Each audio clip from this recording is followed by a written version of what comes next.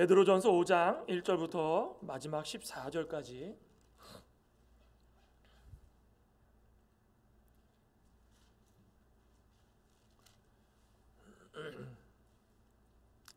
베드로전서 5장 1절부터 14절까지 한 절씩 교독하겠습니다.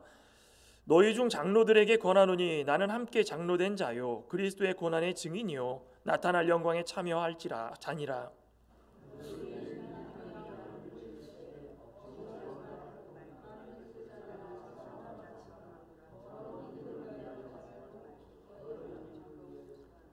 맡은 자들에게 주장하는 자세를 하지 말고 양무리의 본이 되라.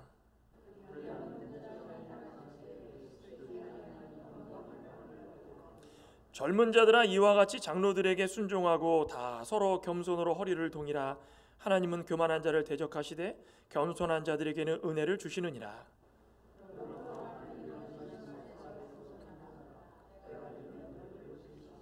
너희 염려를 다 주께 맡기라. 이는 그가 너희를 돌보심이라.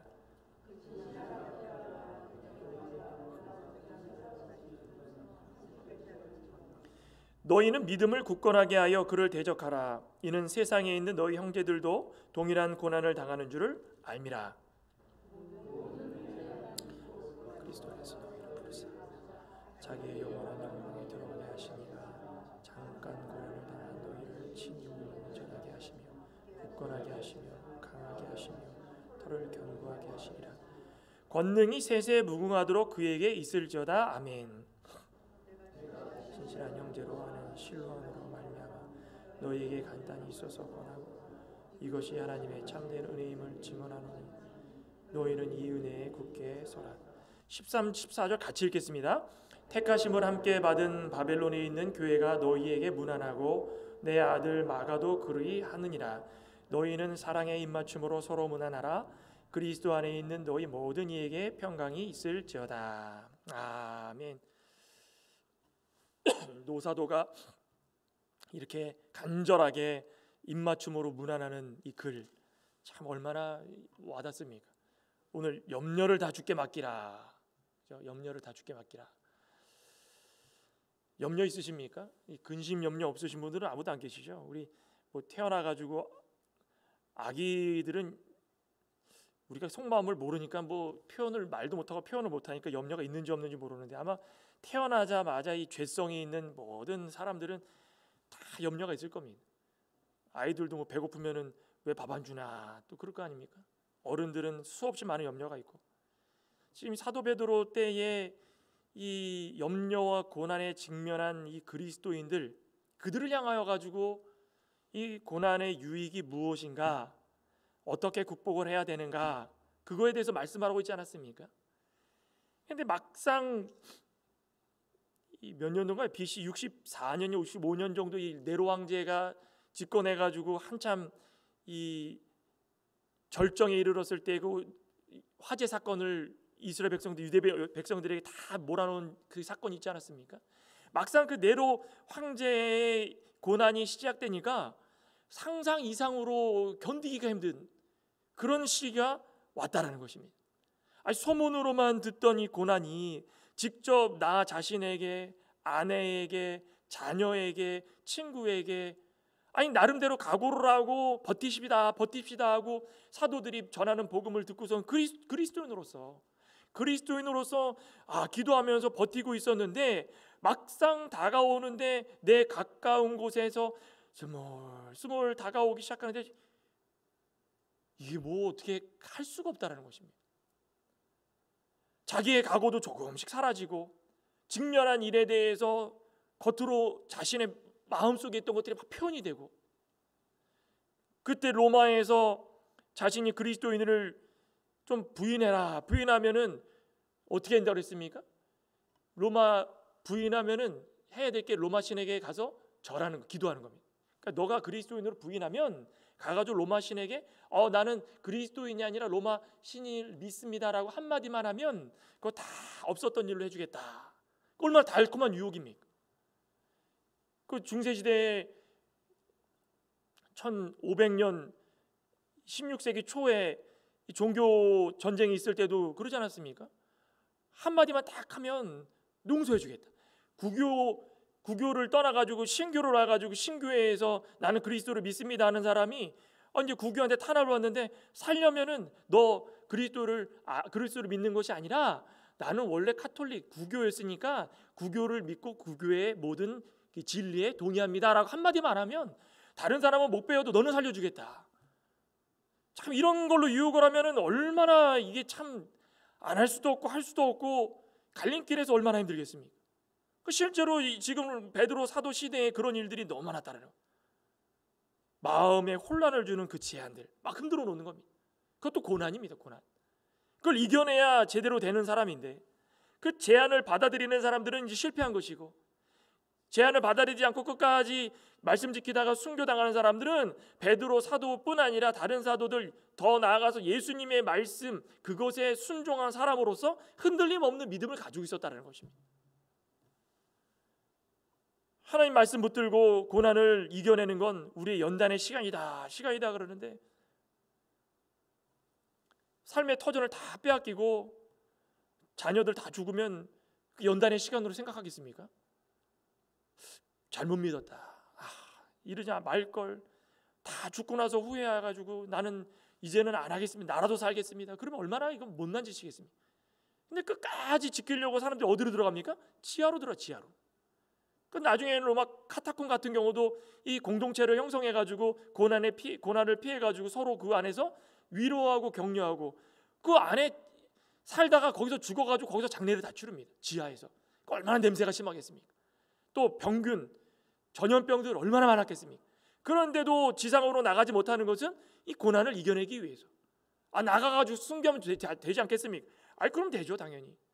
그런데도 복음을 지키기 위해서, 끝까지 성경을 지키기 위해서 그 그리스도인들 신교를 말살시키는 정책을, 그걸 어떻게 해서든 이겨내기 위해서 지하로 숨어 들어간 자들의 마음을 우리가 어떻게 알겠습니까? 하나님 말씀 붙들고 살아가려면 입장을 바꿔가지고 우리가 그때가 되면 우리는 그렇게 할 수 있겠습니까? 모르겠어요. 우리 오후 예배 나오시는 분들은 다 하실 수 있을 것 같은데 참 힘들 것 같습니다. 이런 긴박한 상황을 목전에 두고 구성원들 각자의 위치에서 맡은 일에 책임을 다하고 의무를 다하는 일들이 얼마나 힘들까요? 고난을 앞에 두면서 이겨내면서 이거 어떻게 해서든 우리가 끌고 가야 된다. 특별히도 교회, 이 사도 베드로가 선포하고 있는 공동체는 교회가 아니겠습니까? 교회 안에서 그리스도를 믿는다고 하는 사람들이 어떤 이들은 지도자로, 어떤 이들은 가르침을 받는 제자의 위치에서, 성도의 위치에서, 어떤 이들은 중간에서 제 지도자와 성도의 중간에서 교제를 나누는 그런 위치가 있고, 어떤 사람들은 봉사의 위치, 각자에서 수많은 일들을 하고 있는데 그 맡은 일에 책임을 다해가지고 의무를 다하는 일들이 그게 얼마나 힘들겠습니까? 그러니 긴박한 상황을 이겨내기 위해서는 고난도 힘을 합치고 이런 일들도 책임을 다해가지고 자기 할 도리를 잘하자. 사도 베드로는 자꾸 그걸 권면하고 있는 권면. 그러니 사도 베드로도 오늘 바로 이 점에 대해서 또다시 말씀을 하면서 이제 5장 끝으로 베드로 전서를 마무리를 합니다. 고난에 직면한 교회와 성도와 공동체는 어떤 자세를 가지고 살아가야 되는가? 이 공통적인 과제, 이 고난에 대한 염려, 그걸 어떻게 해야 되는가? 다 주께 맡기라는 것입니다. 이것을 위해서 직분자들, 또 직분자들이 아니더라도 성도들, 또 모두가 다 어떻게 행해야 되는가? 그걸 말씀하고 있다는 것입니다. 첫째로는 교회 지도자들이 염려가 없어야 된다는 것입니다.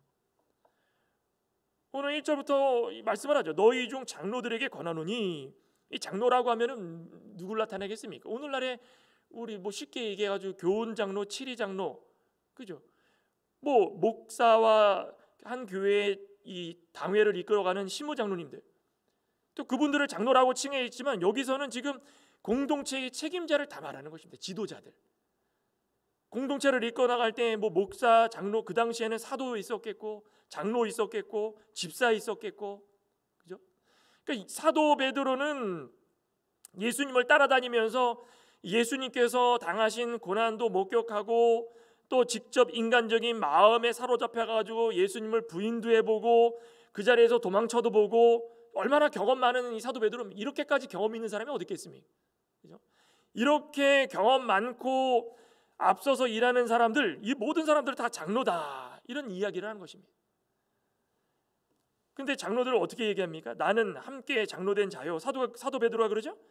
장로들에게 권하는데 나는 함께 장로된 자요, 그리스도의 고난의 증인이요, 나타날 영광에 참여한 자다. 그리스도의 고난의 증인이요, 그 자리에 있어 봤다라는 것입니다. 그리스도가 고난당할 때 그 자리에 있어 보고, 아까도 말씀드렸듯이 배신도 해보고, 안 해본 게 아무것도 없고, 또 그 이후에 변화돼서 나타날 영광에 적극적으로 참여한 그 자가 바로 나, 사도 베드로다, 그겁니다. 근데 이걸 왜 얘기하겠습니까? 장로라고 자랑하는 거겠습니까? 요즘에는 이 직분에 의해 가지고 교회가 자꾸 등급이 나뉘고, 또 이 물질로 인해서 이 직분 상업화가 일어나고 그러죠. 참 그게 참 안타깝습니다. 요즘도 그런 게 너무 심한 것 같습니다. 예전에 제가 그 말씀드린 것 같은데, 제 친구 어머님이 권사가 되려고 그러는데 꽤 오래전, 15년 전인가 그렇습니다. 권사하려면은 그때 300만 원, 신문 광고비에다가 행사비에서 300만 원, 장로가 되려면 그때 당시에 1억 뭐 합니까? 교회 기부하고 행사 관련해 가지고 하는 거. 뭐 이것만 들어갔겠습니까? 장로님 되려면은 그냥 주머니가 그냥 빵꾸가 납니다. 빵꾸가 나. 돈이 그냥 술술 새갑니다. 왜 그렇겠습니까? 뭐든지 다 돈으로. 아니, 직분을 세운 것은 그들을 위하여 가지고 수고하고 애를 쓰라 그러는데, 모든 사람들이 다 돈으로 보는 겁니다. 직분자가 되었으면 돈 좀 쓰십시오, 돈 좀 쓰십시오. 그러니 이게 나중에는 어떤 효과가 일어납니까? 그렇게 돼가지고 이분들이 열심히 헌신하고 봉사해가지고 교회를 이끌어 나가는 장로로서, 권사로서 자리를 잘 자리매김하면 좋겠는데, 나중 되는 어떤 일이 벌어집니까? 이게 직분에 대한 생각은 안 하고 권력으로 정착화되는 것입니다. 그러니 장로만 달면은 어떻게 됩니까? 처음에는 아이고 오셨습니까? 막 얼굴도 못 쳐다보고 밖에 그냥 뛰쳐나가가지고 막 오셨습니까 하다가도, 장로만 되면은 어떻게 합니까? 어깨가 싹 펴지면서 뒷짐을 쫙 지고 어슬렁어슬렁 거리면서 온 건지 안 온 건지 쳐다보지도 않습니다. 어느 교회나 다 비슷합니다. 목사도 마찬가지입니다. 신학교 때는 어떻습니까? 신학교 때는 막 그냥 열심히 해가지고 그냥 사역지 가면은 그냥 충성 봉사하고 헌신하고, 아유 그만하지 말고 겸손히 해야 되겠다, 그냥 열심히 성경 보고 막 공부하고, 딱 목사 타이틀만 달면 어떻게 합니까? 목에 힘이 들어가가지고 내가 목사인데. 그죠? 목사가 뭐 대단한 직업이라고, 그죠? 장로, 목사, 권사 하나님께서 주신 사명이지 이게 뭐 대단한 겁니까? 사도 베드로는 왜 여기서 장로를 이야기하냐면 그거 기억하라는 것입니다. 장로, 또 교회의 지도자들, 직분자들 자랑할 것이 아무것도 없고 모두가 다 부족한 자들이다.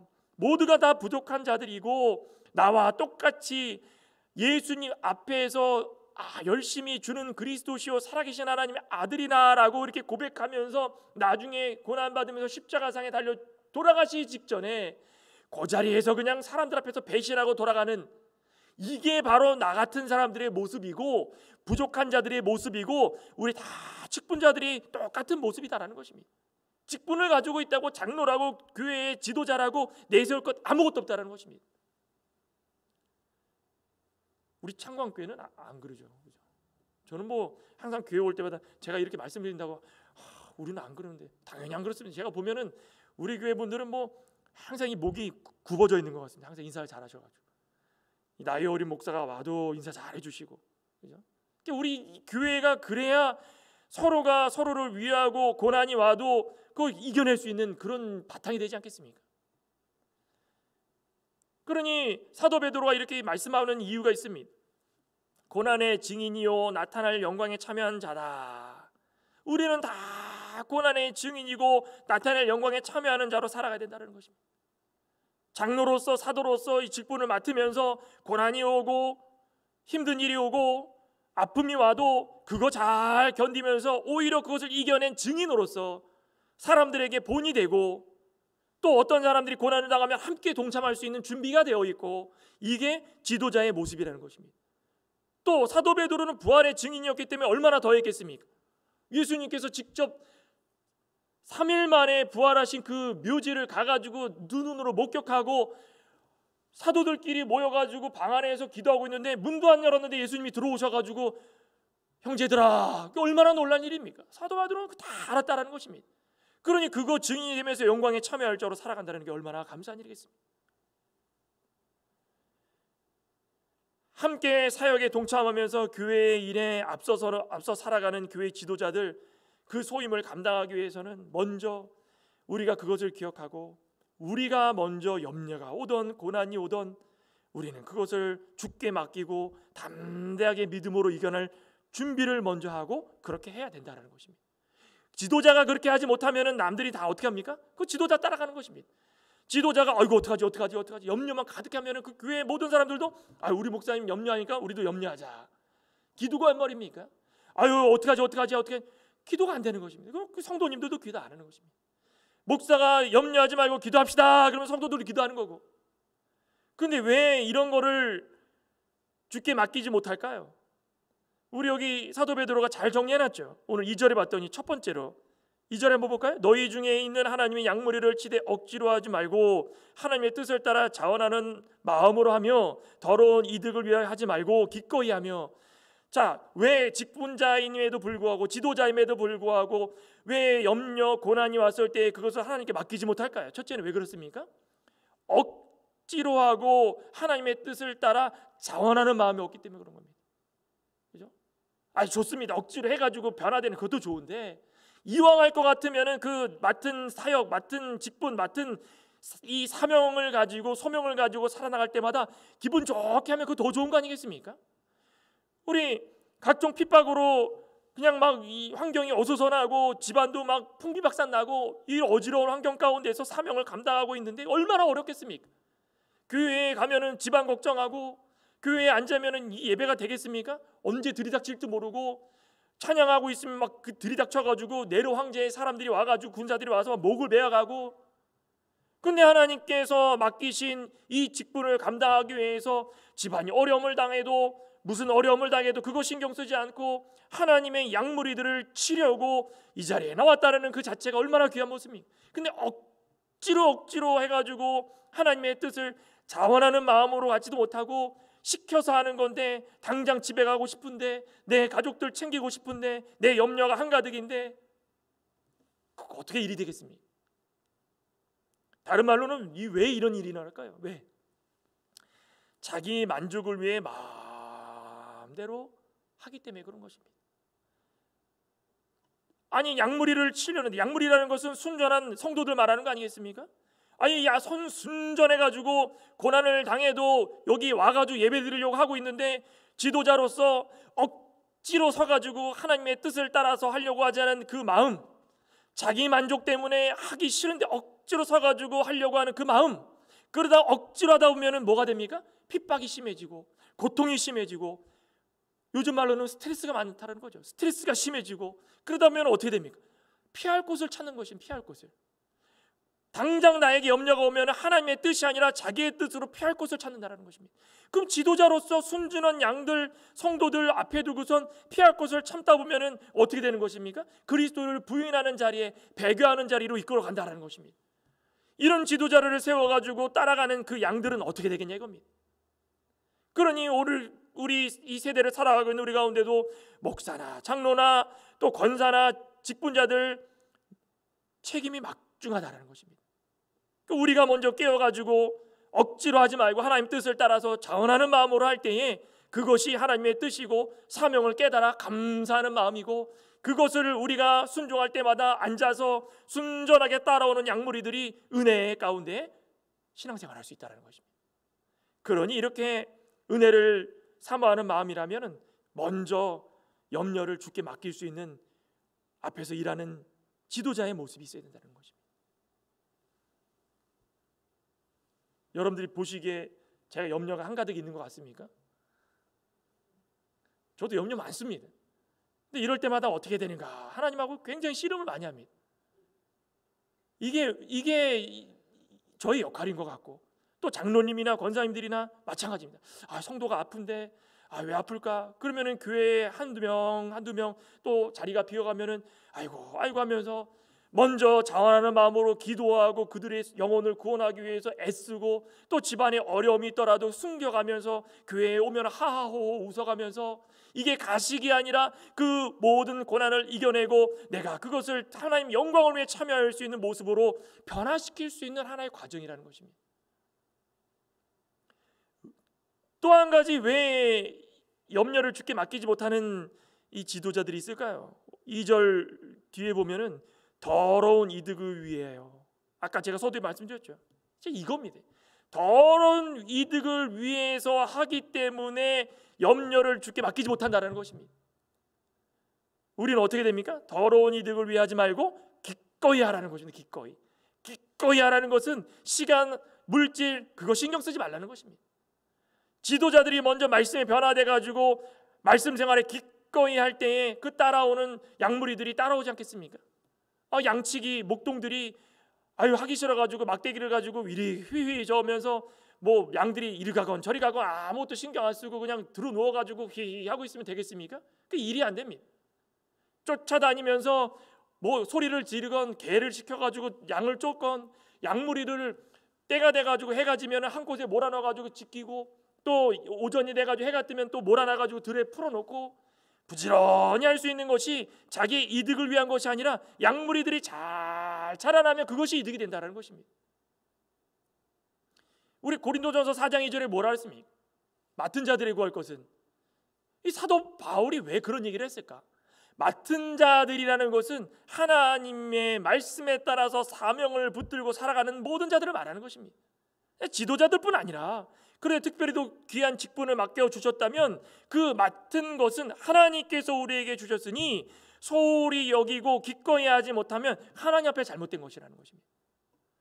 충성의 사람으로 살아가는 것이 그것이 하나님께서 원하시는 길이다.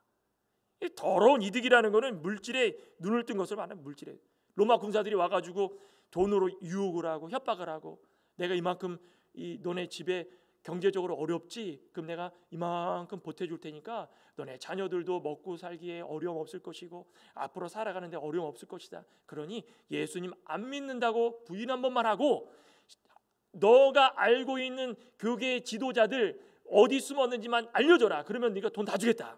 그 말을 몇 개를 주겠다. 그럼 얼마나 유혹이 되겠습니까? 근데 누가 나서서 합니까? 이거를 교회의 지도자들이 앞선 이 사명을 붙들고 열심히 일할 것이라고 생각했던 자들이 그것을 유혹에 받아가지고 더러운 이득으로 그렇게 살아간다는 것입니다. 돈을 사랑하면은 핍박이나 염려도 해결됩니까? 어떨까요? 10만 불 줄 테니까 아무 염려하지 마십시오. 10만 불 적습니다. 50만 불 줄 테니까 염려하지 마십시오.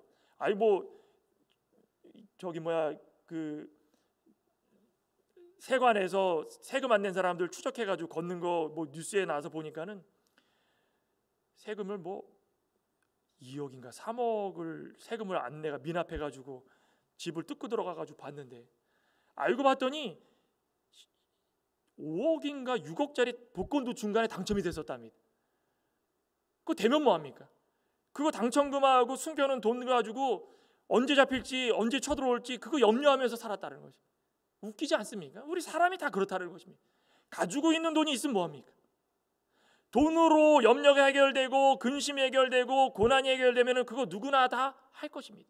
근데 하나님께서 분명히 말씀하신 것은 하나님께서 맡겨두신 사명을 더러운 이득으로 하지 않고 기꺼이 할 때 염려가 사라질 수 있다는 것입니다. 그거 믿으십니까? 우리는 그리스도인으로서 그렇게 살아가야 된다는 것입니다. 또 왜 염려가 해결되지 않고 염려가 또 일어날까요? 우리 3절에 봤더니 뭐라 그랬습니까? 맡은 자들에게 주장하는 자세를 하지 말고 양무리의 본이 되라. 주장하는 자세를 하고 있기 때문에. 주장하는 자세라는 것은 뭡니까? 권세를 가지고 지배하려고 드는 것입니다. 내 말을 들어라. 억압하고 힘으로 누르려고 그러고, 교회에 와가지고 로마건 뭐건 간에 내 말대로 들어라. 너희들 오늘부터 예수님 믿지 말아라. 그럼 내가 법인 있고 내 말 들어라. 우습지 않습니까? 실제로 이런 사람들이 많았다는 것입니다. 전혀 자신은 굽히지 않으면서 사람들을 위해 군림해가지고 내 말에 좌지우지되는, 그거 보면서 희열을 느끼는 것입니다. 혼란스러운 정치 상황 가운데 열심히 낮은 자세에서 더러운 일부터 시작해가지고 최선을 다하는 이 평신도들이 있는 반면에 자리에 서가지고 솔선수범해야 될 자리에서 아이고 그냥 이것도 해야 되고 저것도 해야 되는데 가져와라 가져오면 다 갖다 주니까 이제 주장하는 자세로 한다는 것입니다. 뒷짐 딱 지고. 그러니 약물의 본이 될 수 있는 모습이 돼야 되는데 그러지 못하니 어려움이 오고 힘든 일이 오면 하나 될 수 있겠습니까? 그 누가 믿겠습니까? 이렇게 본이 되지 못하는 자세로 주장하는 자세로 그렇게 살아가고 있는데 막상 교회에 고난이 들이닥치면은 그 누가 믿겠습니까? 말 듣겠습니까? 아이고 평상시에는 저렇게 하다가 고난이 오니까는 그냥 뭐 와가지고 도와달라는 심정으로 그렇게 얘기하는데 난 못하겠다. 어느 누구나 그렇게 할 수 없다는 것입니다. 그러니 앞서서 일하는 지도자들, 특별히 오늘을 살아가고 있는 우리 교훈 목사, 시무 장로, 또 은퇴한 분들도 마찬가지고 권사님들, 집사님들, 우리 재직들 모든 분들 마찬가지입니다. 재직을 통하여 가지고 교회가 잘 좋은 쪽으로 의견을 내가지고 이끌어가지 않습니까? 그 우리가 해야 될 것은 무엇입니까? 염려와 근심을 염려 근심할 수 있습니다. 그렇지만 표현하거나 그것을 통하여 가지고 사람들에게 염려 근심을 얹혀주거나 하나님의 믿음의 세계에 방해가 될 수 있는 일을 하지 말라는 것입니다. 그 우리는 억지로 사명을 감당하지 말고 하나님의 뜻을 따라서 자원하는 마음으로 좀 하고 더러운 이득이 중요한 것이 아니라 나 가정이 중요한 것이 아니라 내 삶이 중요한 것이 아니라 주장하는 자세가 중요한 것이 아니라 맡은 자들에게 구할 것은 충성이라고 했으니 약물이들의 본이 되는 자세로 모든 일들을 하자. 그럴 때에 나도 염려, 저도 염려, 저쪽도 염려지만 다 이겨낼 수 있다는 것입니다. 두 번째로 볼 수 있는 것은 일반 성도들의 모습입니다. 일반 성도들도 염려 없어야 됩니다. 우리 5절 6절에 보면 젊은 자들아, 이 젊은 자들이 일반 성도들 모두를 말하는 것입니다. 이와 같이 장로들에게 순종하고 다 서로 겸손으로 허리를 동이라. 하나님은 교만한 자를 대적하시되 겸손한 자들에게는 은혜를 주시느니라.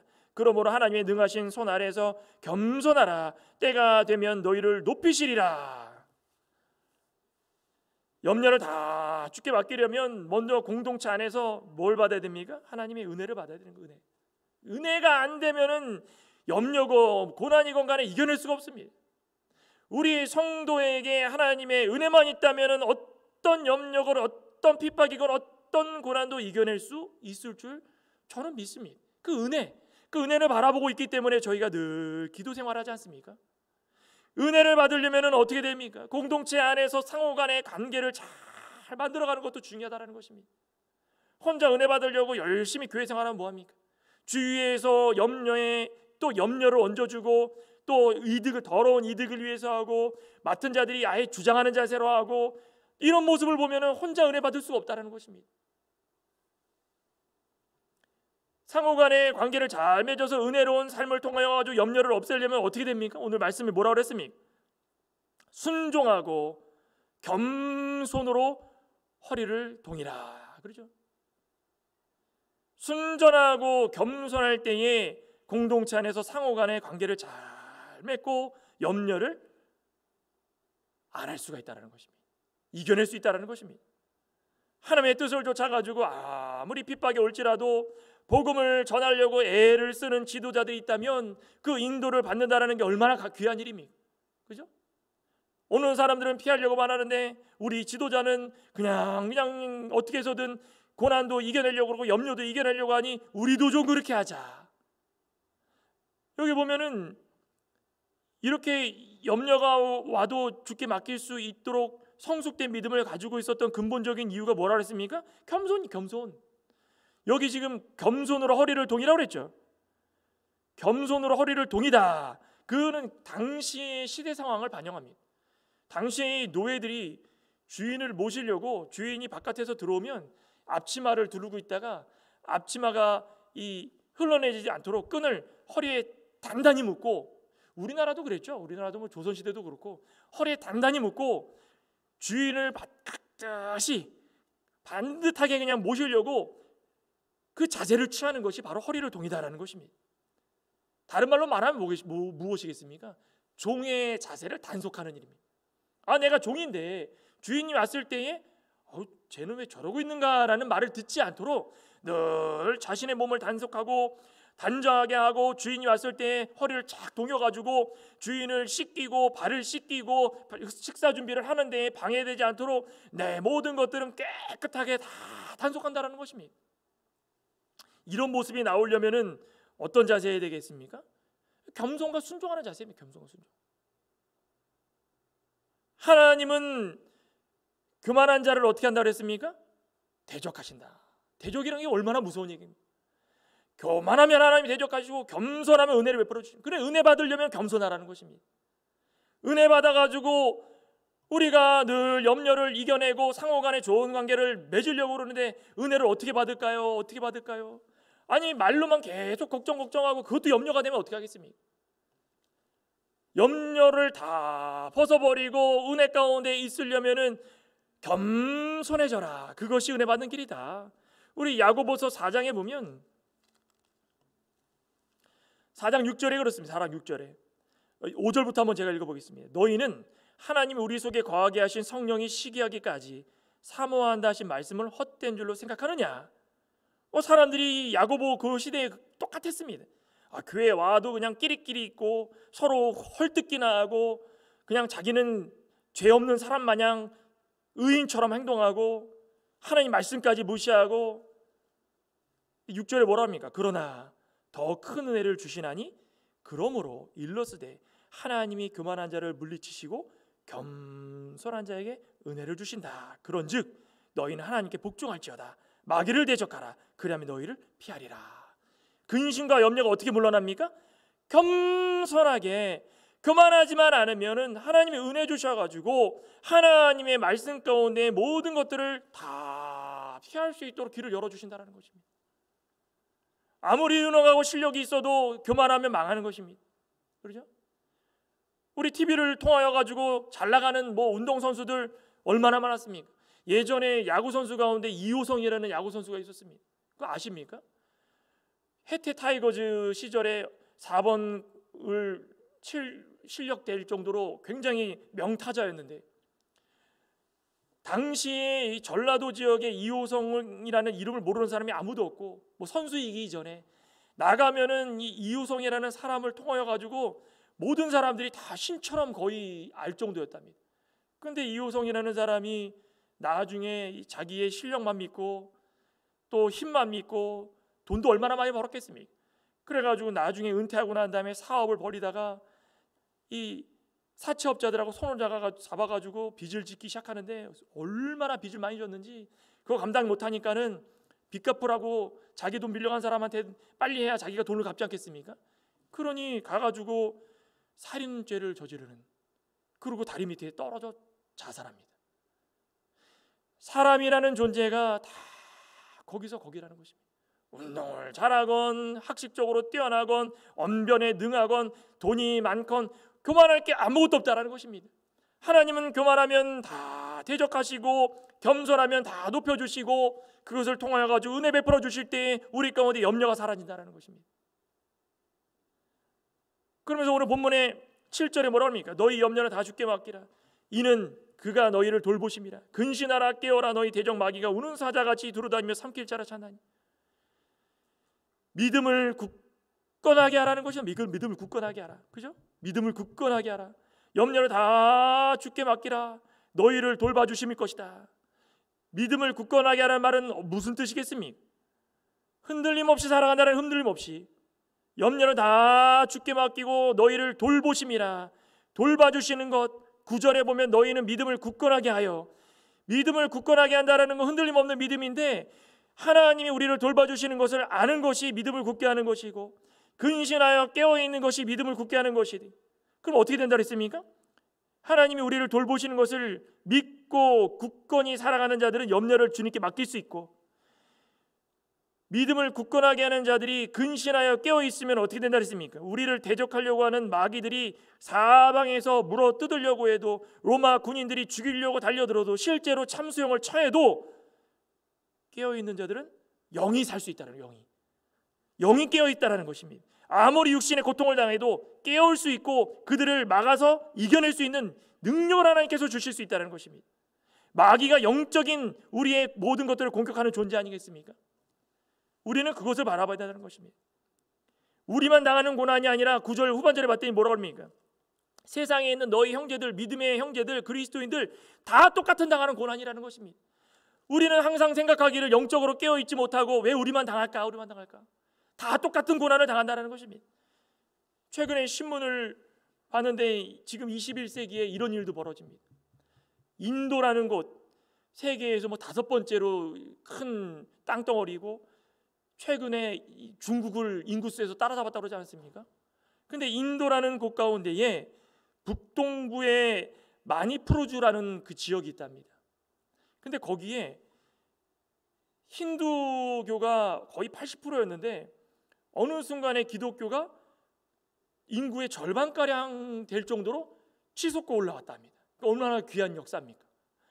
근데 대대적인 힌두교의 박해가 시작되는데, 무슬림과 짝짝꿍이 돼가지고 박해가 시작되는데, 산간 지역에 사는 기독교 공동체를 공격해가지고 현재 알려진 바로는 교회가 300개가 불타고 4,000여 채의 주택, 그리스도인들이 살고 있는 주택이 소실되고 100명의 그리스도인들이 살해되고 5만 명 이상의 이재민이 발생이 되고, 이 다 그리스도인들입니다. 심지어 어느 교회는 성도가 참수형에 처해져 가지고 교회 담장에 그 머리가 매달려 있었습니다. 참 이게 21세기 지금 일어나고 있는 일입니다. 이 얼마나 공포스럽고 분노가 일어납니까? 끔찍하지 않습니까? 이런 일들이 막상 우리 가운데 다가오면 이거 이겨낼 사람이 어디 있겠냐 이겁니다. 잠깐 고난이라고 하지만 우리 10절에 그러죠? 모든 은혜의 하나님 곧 그리스도 안에서 너희를 부르사 자기의 영원한 영광에 들어가게 하신 이가, 아니 모든 일 가운데 일어나는 일들은 하나님께서 우리를 인도해 주셔가지고 영광에 들어가려고 하고 있는데, 그 잠깐 고난이라는 것, 하나님은 잠깐 고난이지만 우리가 일생 가운데 얼마나 일생이 길어지는가, 그 고난을 이겨내려고 했더니 그 고난의 기간이 얼마나 긴가. 우리는 우리의 입으로 표현할 수 없을 만큼 고난이 긴데 하나님 뭐라고 말씀하십니까? 너희들이 받을 영광에 비하면 그 잠깐 일어나는 고난이다. 그러니 이 잠깐 일어나는 고난 당하는 것을 친히 온전하게 하시며 굳건하게 하게 하시며 강하게 하시며 털을 견고하게 하시리라. 누가 해주십니까? 하나님께서 해주신다는 것입니다. 그러니 우리는 어떻게 하면 되는 것입니까? 우리가 감당할 수 있는 거 아무것도 없으니까 믿음의 굳건히 서가지고 하나님께서 돌봐주실 것을 믿고 그렇게 살아가는 것입니다. 그러니 지도자나 일반 성도나 그 한마음 한뜻으로 살아가면 그 염려가 사라질 수 있다는 것입니다. 그러면서 이 마지막으로 인사하지 않습니까? 12절부터 보면 신실한 형제로 아는 실로안으로 말미암아 너희에게 간단히 써서 권하고 이것이 하나님의 참된 은혜임을 증언하노니 너희는 이 은혜에 굳게 서라. 마지막으로 말씀을 하는 것입니다. 모든 사람도 마찬가지인 것입니다. 모든 것이 하나님의 은혜인 줄 알고 굳게 은혜 위에 서 있을 때 염려가 사라진다는 것입니다. 택하심으로 함께 받은 바벨론에 있는 교회, 바벨론이라는 것은 아마 실제 그 바벨론 지역을 말하는 것이 아니라 로마에 대한 그 강압적인 모습을 통해 가지고 상징적으로 표현하는 것 같습니다. 그러니까 로마에서 억압받고 있는 교회, 너희에게 문안하고 내 아들 마가도 그리하고 너희들만 그렇게 지쳐 있는 게 아니니까 우리가 가가지고 힘써가지고 도와줄 수 있을 만큼 다 가서 기도해주고 함께 위로해주고 문안을 줄 테니까 힘내라는 것입니다. 너희는 사랑의 맞춤으로 서로 문안하라. 그리스도 안에 있는 너희 모든 이에게 평강이 있을지어다. 평강이 무엇입니까? 우리의 직분도 우리의 이득도 우리의 지식도 모든 것은 헛되지만 예수 그리스도 우리의 구원자이심을 믿을 때에 우리 가운데에 들어오는 것이 평강입니다. 이 평강만 있다면은 어떤 것도 견뎌낼 수 있는 은혜를 하나님께서 주신다는 것입니다. 그 믿으십니까? 우리 참 견디지 못할 일이 참 많지만 말씀으로 따지면 견디지 못할 일이 아무것도 없다는 것입니다. 그러니 오늘부터 살아가는 모든 일상 가운데에 우리가 지도자건 일반 성도건 간에 억지로 하지 말고 하나님의 뜻에 자원하는 마음으로 좀 기쁜 마음으로 하되, 더러운 이득 그게 아니라 기꺼이 하나님이 이르라면 앞장서서 하고 또 주장하는 자세가 아니라 온유 겸손한 마음으로 모든 일을 행할 때마다 하나님께서 우리에게 은혜를 베풀어 주시고 그 은혜를 가지고 믿음의 굳건히 서면 염려, 근심 다 이겨낼 수 있다는 것입니다. 아무쪼록 염려, 근심 다 이겨낼 수 있는 믿음의 굳게 선 저와 여러분 되시기를 간절히 소망합니다. 기도하시겠습니다. 하나님 감사합니다. 이 베드로 시대 때의 모습이 우리가 상상하지 못할 정도로 너무 힘들고 어려웠겠지만 사도 베드로는 고난도 당해보고 배신도 해보고 좋은 자리에 낮은 자리에 다 서보면서 그곳에서 배운 것은 겸손한 모습이기에 사도 베드로는 고난의 증인으로서 이 지금 고난 당하고 있는 이 그리스도인들에게 말씀을 선포하고 있는 것을 보게 됩니다. 가르치는 자나 배우는 자나 앞선 자나 뒷선 자나 모든 일 가운데에 제발 염려가 없어야 될 텐데 염려를 없애는 것은 정말 억지로 끌려가면서 하기 싫은데 하는 것이 아니라 기쁜 마음으로 또 주장하지 말고 겸손한 마음으로 할 때에 염려고 근심이고 다 이겨낼 수 있다고 하였사오니 모든 자들이 정말 말씀 가운데 정말 하나님 말씀 붙들고 살아갈 때마다 은혜 가운데 있어가지고 은혜에 붙들림 받아서 모든 일들을 하나씩 하나씩 해결하되 근심이고 염려고 다 뿌리칠 수 있는 귀하고 복된 믿음 우리에게 있기를 간절히 바라고 원하오니 아버지 하나님 오늘부터 저희들 가운데 있는 믿음들 저희들 먼저 변화되어서 먼저 은혜 받아서 먼저 믿음에 굳게 서서 하나씩 하나씩 이겨낼 수 있는 저희 믿음의 사람들이 되게 하여 주시옵소서. 모든 말씀 우리 주 예수님의 이름으로 감사하며 기도드리옵나이다. 아멘. 찬송가 342장 통일은